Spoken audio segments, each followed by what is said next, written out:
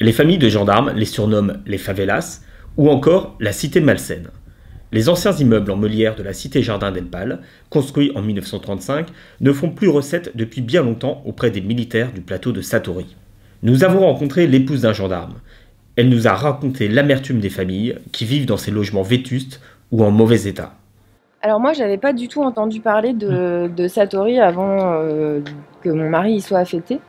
Par contre, quand on a emménagé, c'est le déménageur qui nous a annoncé où on allait vivre, qui l'a su en avant-première, et qui m'a dit, bon, ne vous inquiétez pas, ça a l'air pourri, mais on peut en faire des trucs pas mal. Et là, je me suis dit que c'était quand même un peu bizarre qu'un déménageur nous dise ça. Et puis, effectivement, quand je suis arrivée, littéralement, je suis tombée de ma chaise, quoi. Ce d'autant que je connais, moi, d'autres casernes, et que je les connaissais déjà à l'époque, et qui étaient en assez bon état, voire neuves. Donc, du coup, ici, oui, ça a été un choc, hein. Quand on arrive et que vous ouvrez la fenêtre et qu'il y a un quart du bout de la fenêtre qui tombe par terre parce que c'est trop pourri, c'est un peu compliqué, quoi. Cette femme de gendarme nous a transmis des photos provenant de différentes familles, illustrant les problèmes que rencontrent les locataires de ces appartements. Elles sont édifiantes. L'épouse de gendarme que nous avons rencontrée a finalement pu quitter Del Pal pour un autre ensemble immobilier du plateau. Mais n'allez pas croire que ces soucis sont terminés. Les appartements les plus récents ne sont pas, eux aussi, exempts de problèmes.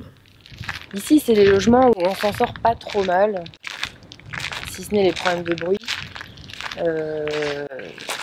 Mais encore une fois, on retrouve les récurrents de les sols sur base d'amiante et puis l'état des appartements.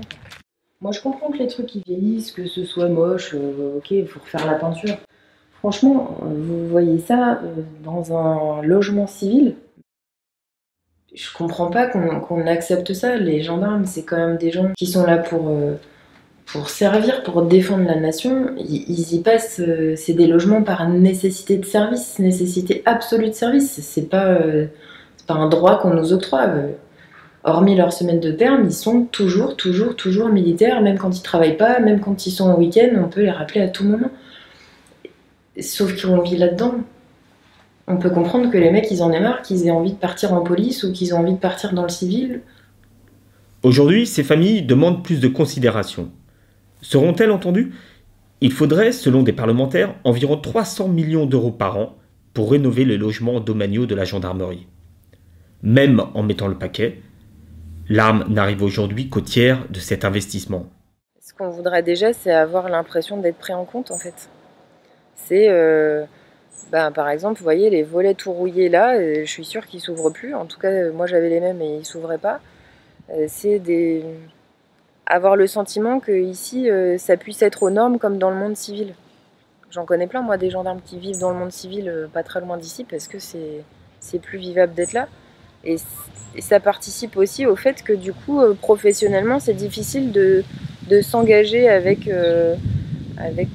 passion ou en tout cas avec intégrité et à 100% quand à côté, votre employeur vous loge dans un trou à rats.